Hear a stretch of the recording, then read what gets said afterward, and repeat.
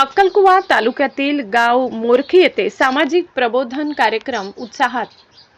मोरखी गावात विश्वरत्न भारतरत्न डॉक्टर बाबासाहेब आंबेडकर यांच्या 135व्या जयंतीनिमित्त तसेच आदिवासी महापुरुषांना अभिवादन करून सामाजिक प्रबोधन कार्यक्रम उत्साहात पार पडला।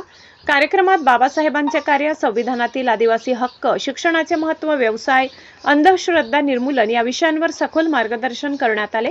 कार्यक्रमाच्या अध्यक्षस्थानी ॲडव्होकेट रणजित पाडवी तर उद्घाटन सरपंच मिलन बंडू वडवी यांच्या हस्ते करण्यात आले। यावेळी मनीषाताई राजेश मोहन यांच्या वसावे, पारसिंग भामटा वसावे यांच्यासह अनेक मान्यवर उपस्थित होते।